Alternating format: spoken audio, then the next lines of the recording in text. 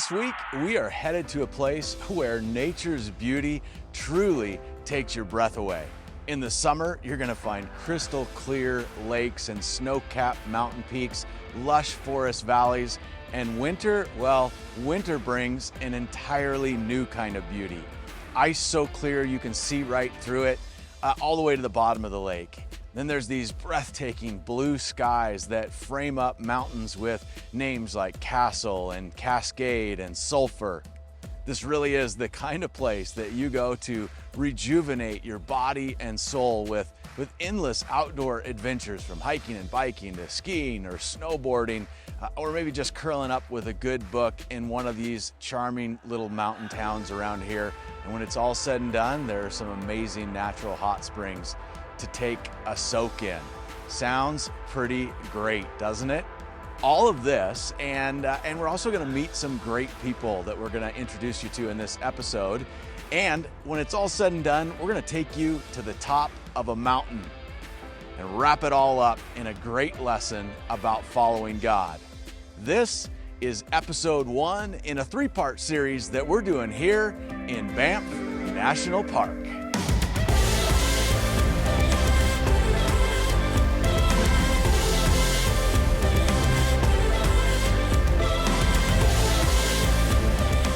It is amazing here. Literally everywhere you look is this and this and this and this, everywhere.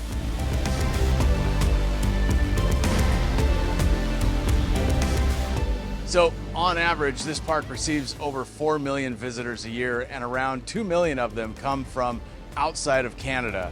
It really is a dream destination for people from around the world. And imagine through the course of a year, there'll be 3 to 3.5 million people coming to see this. Yeah, no, go walk around the street, go experience what Banff's about. Summer or winter, it's a good spot. Full of Aussies, Pommies, and Canadians just here to have a good time. It is one of the most beautiful places in the entire world. Yeah, I think in Christmas time it's very nice too. A lot of decoration, a lot of lights. Very nice city, yeah, very beautiful. Good mountains, very pretty.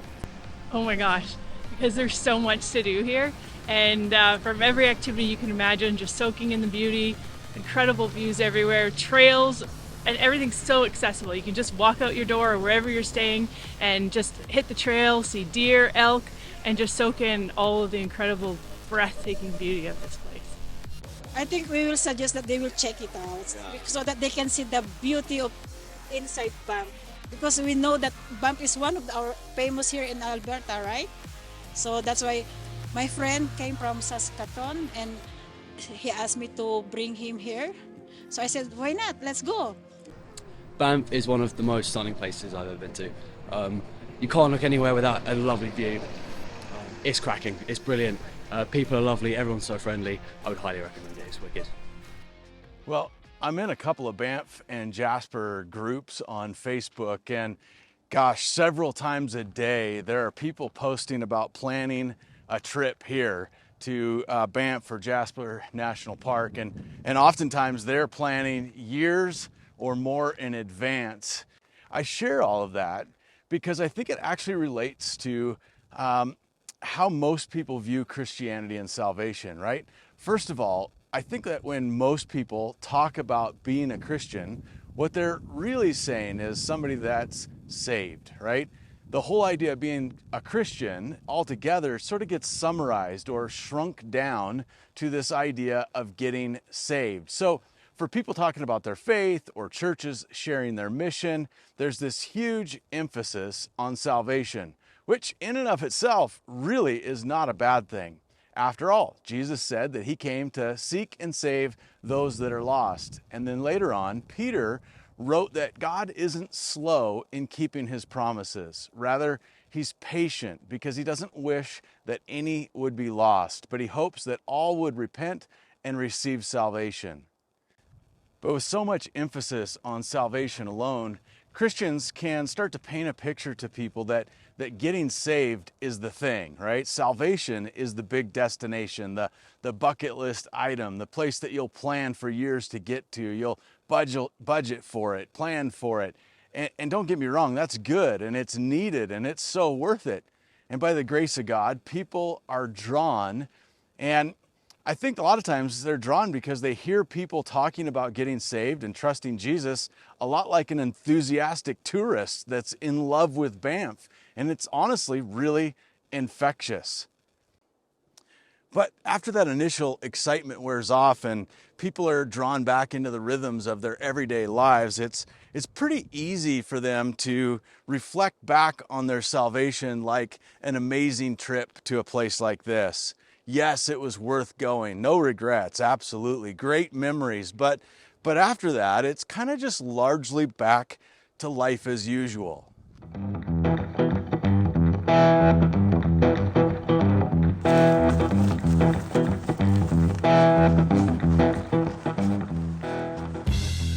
Well, I think that a lot of Christians, that they know they're saved, but it doesn't take long and they start to wonder if they're missing something. Like they're just wondering if there's more to it than just being saved, if they're missing a piece of things. I know I've been there and had that same thought myself many times. So here's the thing, if I'm being honest, what I was really wondering was this: did he save me for anything or only from something? I've talked with a lot of people over the years, and I know I'm not alone in this idea. Have you ever wondered if God actually saved you for something, for a purpose, for a mission, or was it all about just being saved from hell? So don't get me wrong. Jesus doing what he did to save us and to make a way for us to be forgiven and be right with God, that's a big deal. And I don't want to make light of that at all. But appreciating that doesn't stop you from wondering if there's more to it, right? Were you saved for more?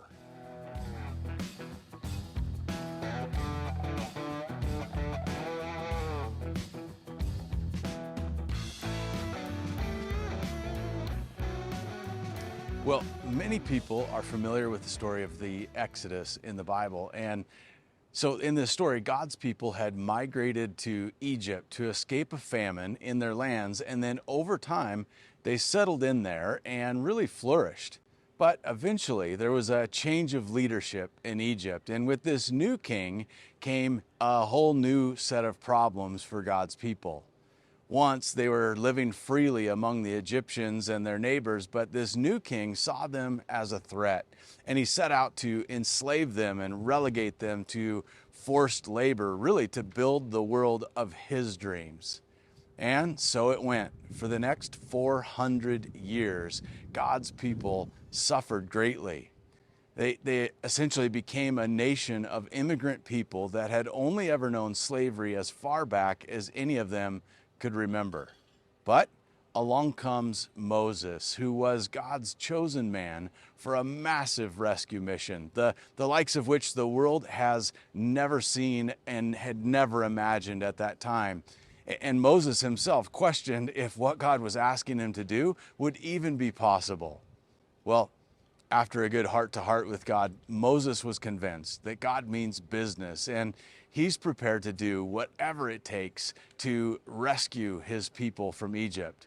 And Moses, along with his brother Aaron, are going to lead that rescue mission.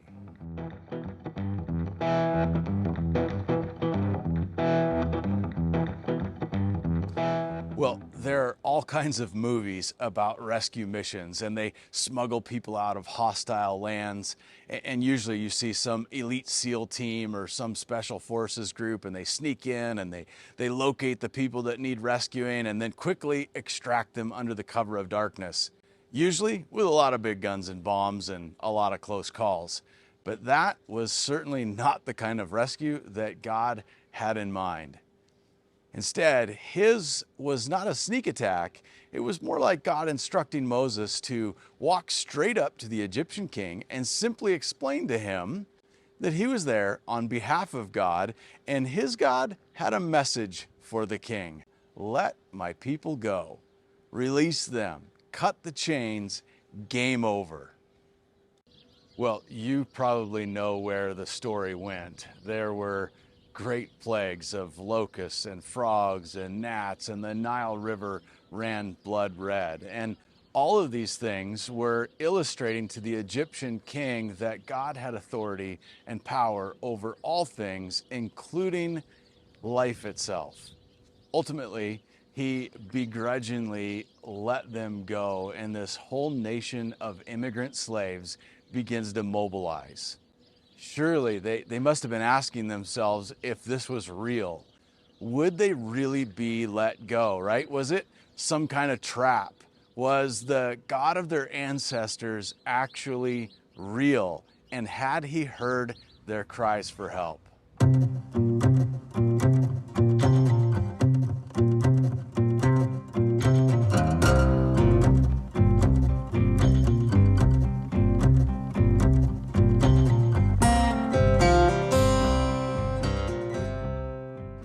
Well, if there were doubts, they were surely put to rest as God miraculously pulled back the waters of the Red Sea to reveal dry ground for them to cross through.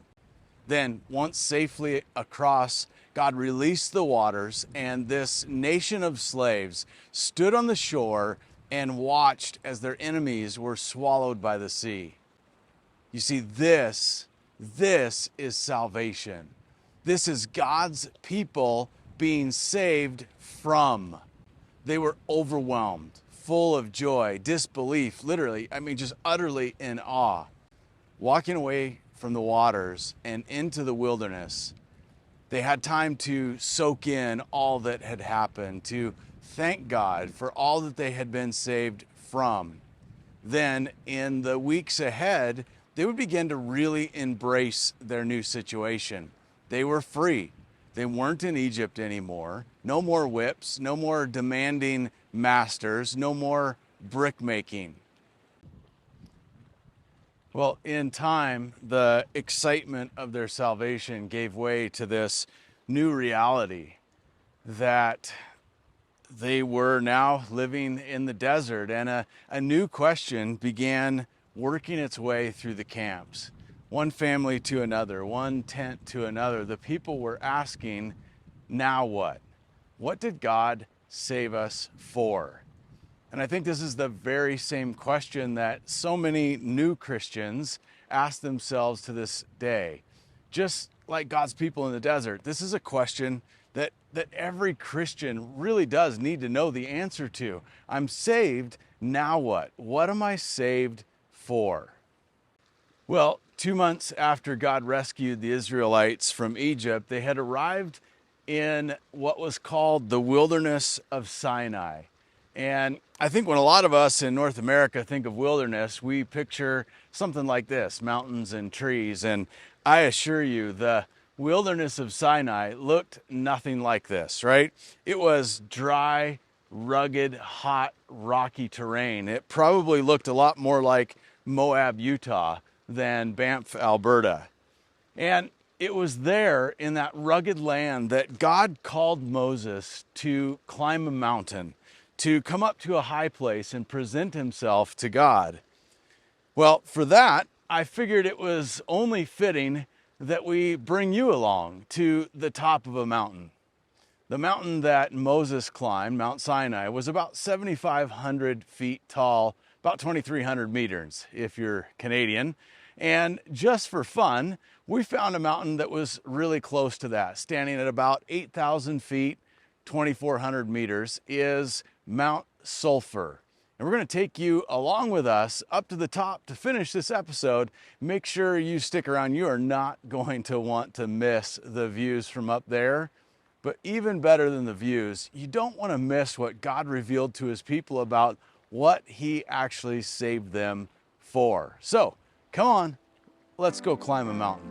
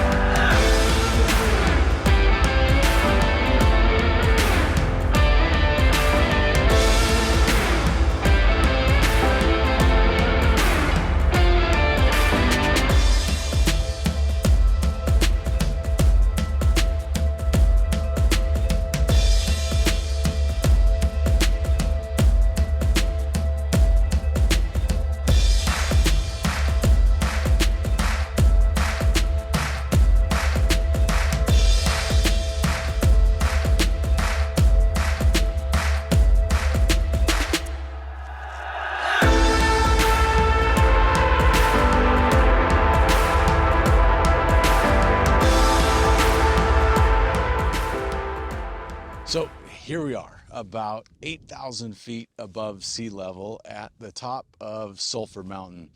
And it was atop a mountain that God called Moses up to meet him. And it was there in that place that God first revealed to his people what he had saved them for. It was atop Mount Sinai that God had this to say to Moses. So it's in Exodus chapter 19, verses 3 through 6, where he says that Moses climbed the mountain to appear before God. And the Lord called to him from the mountain and said, "Give these instructions to the family of Jacob and announce it to the descendants of Israel. You have seen what I did to the Egyptians. You know how I carried you on eagle's wings and brought you to myself. Now, if you will obey and keep my covenant, you will be my own special treasure from among all the peoples on earth. For all the earth belongs to me. And you will be my kingdom of priests, my holy nation. This is the message that you must give to the people of Israel."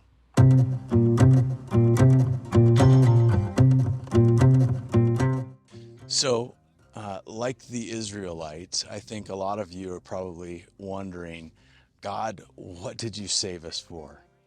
And God responds, if you'll stick with me, right? If you'll obey my rules and directions, then you will be my own special treasure. You will be my kingdom of priests.